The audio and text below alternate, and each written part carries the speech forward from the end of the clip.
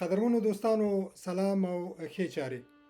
ملکزی یم او یو ځل بیا ستاسو په خدمت کې یم چې پیسې نه وي او په غېږ کې دوکان ته بوزم، بچي ته داسې قصې وکړم چې په لار ویده وي. ته چې ناروغه شې نو څومره صحافیان را درومي، زه چې لوټ کېږم صحافي د هر اخبار ویده وي. زما د نن ورځې قدرمن میلمه داسې یو شاعر دی چې په لږ وخت کې ډېر ګړندی او ډېر مزل یې وکړ. زمونږ د نن ورځې میلمه په سادهګۍ او کلیوال او یو شډل ژوند کې هغه په ایرو کې یوه لال او ملغلره ده. زما د نن ورځې شاعر میلمه داسې یو سړی دی چې نوم یې عاجز دی، خو زه چې او یا تاسو یا نور دوستان چې د دې شعر او غزل او د دې خبرو ته مونږ غوږ شو نو په هغې کې عاجزي نه، په هغې کې هم شوري او هم پکې زوري او هم په هغې کې ساز پروت وي او هم پکې سوز. زه پوهېږم چې تاسو هم پوهېږئ چې د نن ورځې دا سړی به څوک وي چې دا هر څه پکې وي. زمونږ د دې نن ورځې میلمه هغه د کوزې پښتونخوا د شب قدر ډیرۍ یو ځوان او یو د ډیر ښه احساس لرونکی شاعر هغه ضیاء الرحمن عاجز دی.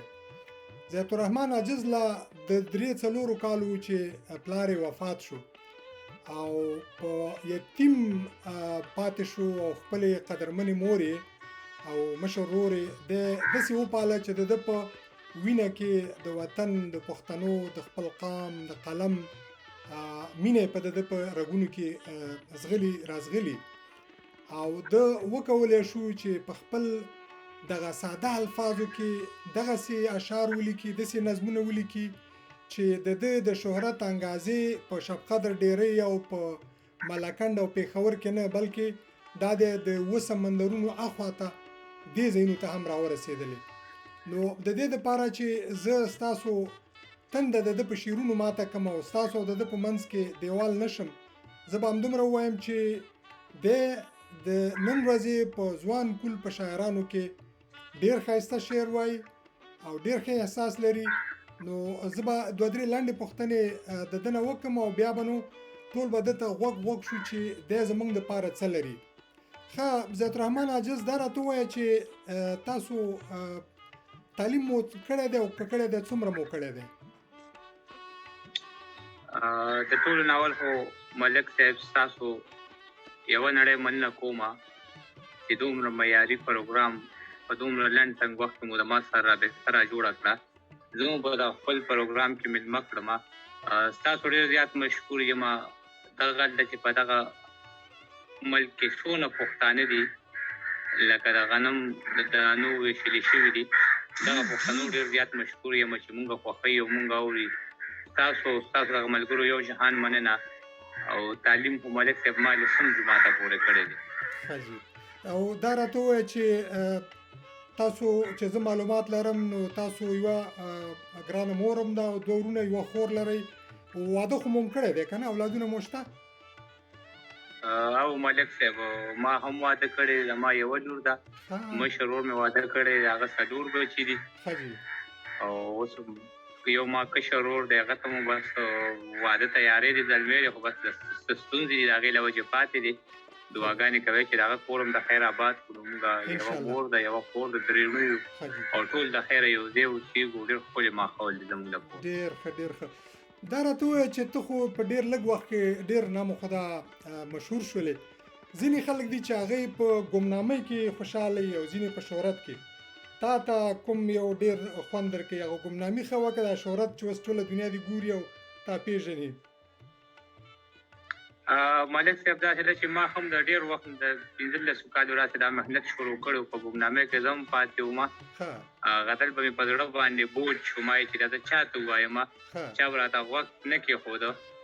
نو په شهرت کې دا یوه پیدا وشوه چې ستاسو رنګه پوهان مونږ خوښوي او د مونږ شعر به زما په زړه باندې هغه بوج ختم شو. زما هغه شعر خلکو ته ورسېد، زما چې کوم پیغام و د پښتنو چې ما سره کوم امانت و نو په شهرت کې ما ته دا پیدا وشوه چې هغه امانت ما د دنیا ګوټ ګوټ ته ورسو. ډېر ښه ډېر ښه. د شعر او د نظم په څنګ کې تاسو نثر هم لیکئ که یوازې شعر لیکئ؟ دا یو پوښتنه. او دویمه پوښتنه دا ده چې تر اوسه مو کوم لکه دیوان چې ورته وایي یا د اشعارو ټولګه یا مجموعه هغه مو تر اوسه څه شی کتاب مو تالیف یا چاپ کړی دی؟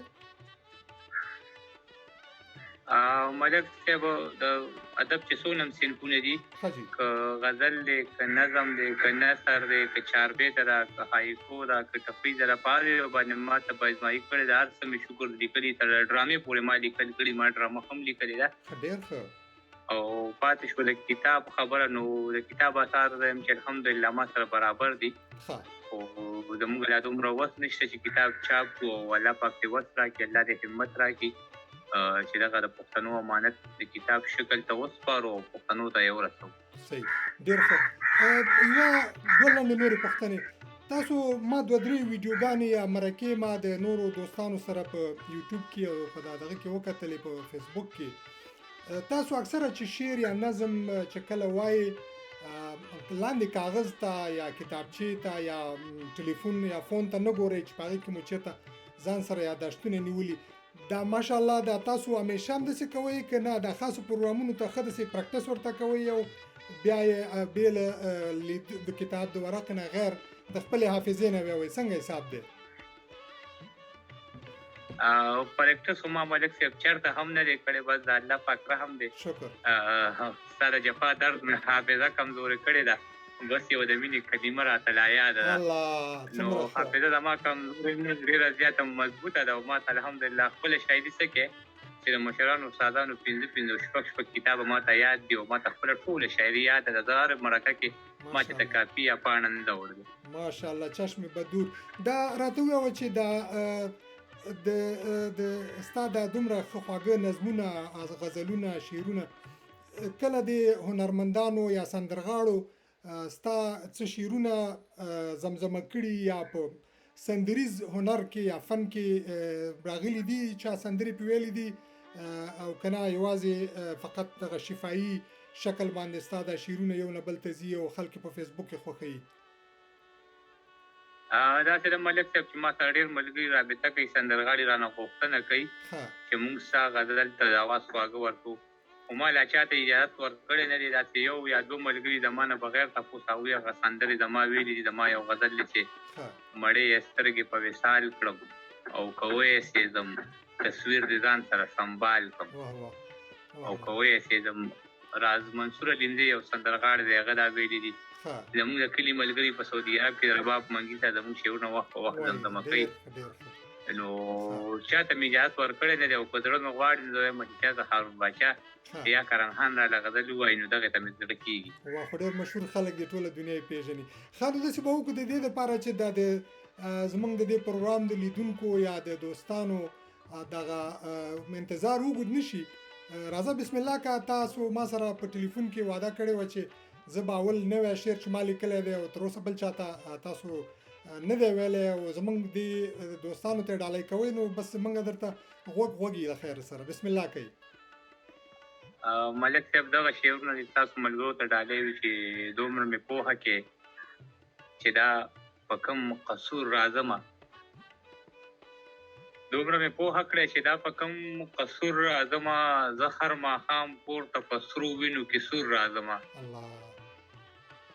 ما خپل ظالم کفیل بغیر د دین نه راپرېږدي،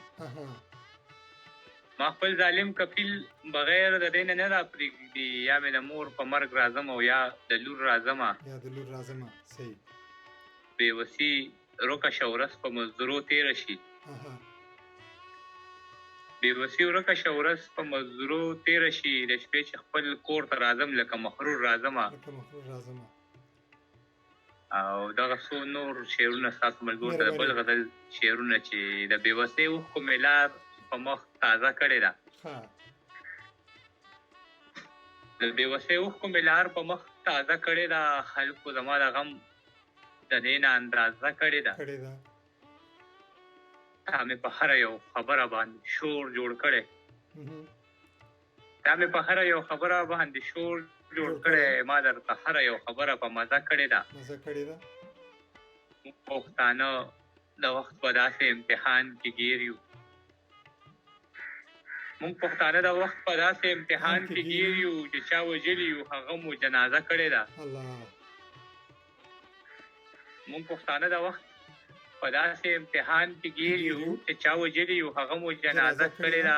جانانه راشه د تیرو بڼو کمال لیوینا د زړه پر هر مې یوه بله ترازه کړې ده. څومره ښه څومره ښه. ما هم په ژوند درپسې ډېر ډېر دي جړلي اشنا، تا که جړا زما د قبر په حاضه کړې ده. د لاس بنګړي یې ماتول او په ژړا یې ویل،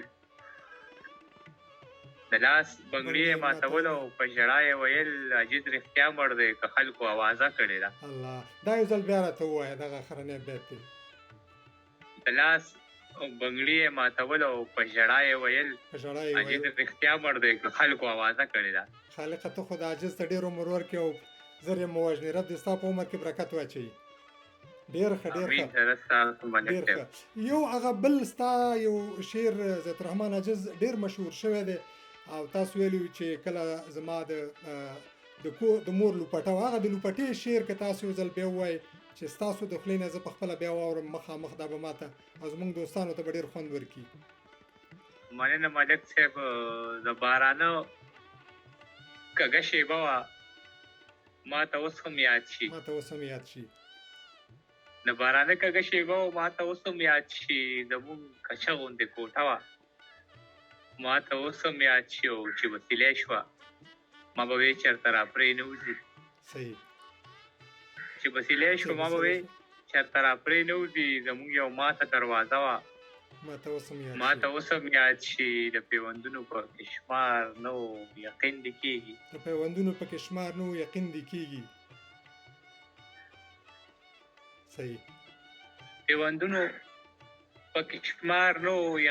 کېږي. زما د مور یو لوبټه وه ماته اوس هم یاد شي.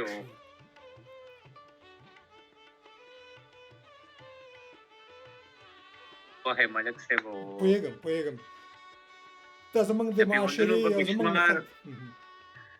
د پیوندونو په کې شمار نه و یقین دې کېږي. زما د مور یو لوبټه وه ماته اوس هم یاد شي. د سقاط پیسې نه وې مولیان ورله نږدې نه راتلل.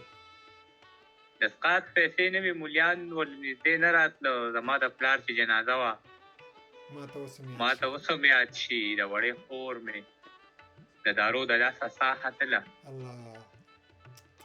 د وړې خور مې د دارو د لاسه ساه ختله. عجیزه غېږ کې مې پرته وه ماته اوس هم یاد شي. د پیوندونو په کې شمار نه و یقین دې کېږي.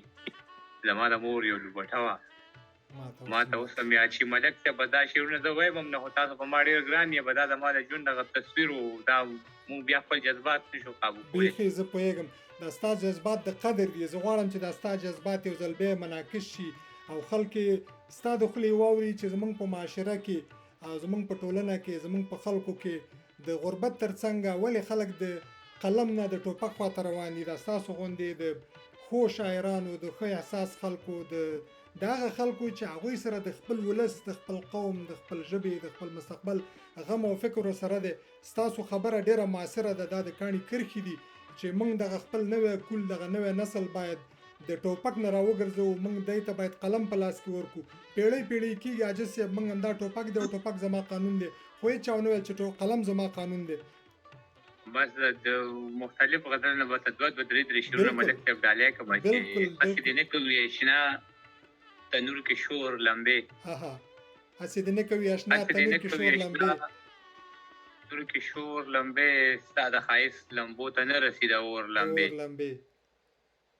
چې د ټوپک د لاسه بلې کړي کوم رور لمبې. چې د ټوپک د لاسه بلې کړي کوم رور لمبې. بیا یې اکثر په لوبټه مړې کوي خور لمبې. ناروغه مور کچه کوټه د شړق باران او لوږه. ناروغه مور کچه کوټه د شړق باران او لوږه. مونږ کره بلې به اکثر وې دا څلور لمبې. او دغه څو شعرونه نور ملک صاحب چې ستا لیونې به ستا په غېږ کې په دا رنګ مړ وي. ستا لیونې به ستا په غېږ کې په دا رنګ مړ وي لکه د بلې لمبې لاندې چې پتنګ مړ وي. زما د مینې احساس ستا په زړه کې داسې مړ دی لکه د ښار پردو کوڅو کې چې ملنګ مړ وي. ملنګ مړ وي. زما د مینې احساس ستا په زړه کې داسې مړ دی لکه د ښار پردو کوڅو کې چې ملنګ مړ وي. زما د قام د بې رحمۍ دا مثال بس دی که نه چې د واده په شپه زلمې په خپل پالنګ مړ وي. او دغه څو شیونه نور مهرباني ده ملک غوږ مې دی. سیلې یې وران نه کي جوړ کړی مې په یاره کور دی. سیلې وران نه کړي. سیلې یې وران نه کي جوړ کړی مې په یاره کور دی لکه مرغۍ مې د چینار په سر کې بره کور دی. کنانه ماله چې راځې نو خطا کېږې به نه زمونږ کچه غوندې کوټه ده او بېوره کور دی. بېوره کور دی. څومره ښه څومره ښه. په دې کچه کورونو کې چې ستاسو غوندې ملغلرې اوسېږي دا ستاسو غوندې د دروند احساس خلک اوسېږي هغه کچه نه دي هغه تاج محلونه دي. قدرمن چې ملک صاحب او دغه څو شیونه نور چې ماران د زلفو د داسې په رخسارو دوي ماران د زلفو د داسې په رخسارو دوي لکه پالنګ کې چې څوک ستړی مزدورکارو دوي ترقي ګرانه ده که دغسې واګدارو دوي هغه کور لوټ شي د کوم کور چې څوکیدارو دوي. پیسې نه وي او په غېږ کې دوکان ته بوځم بچ ته داسې قصې وکړم چې په لارو دوي. تمامه شپه ویښ وي د ښار خلک خوبونه نه کړي خو چې پښتون څوک قتلوي نو تمام ښار وده وي. ته چې ناروغه شي نو څومره صحافیان را درومي زه چې لوټ کېږم صحافي د هر اخبار وده وي. عجز سړی یم ماښام چې له روزګاره راځم زما بچی د مور په غېږه کې بیمار وده وي. څومره ښه. ډېره ډېره مننه حضرت الرحمن عاجز د شبقدر ډېرۍ نه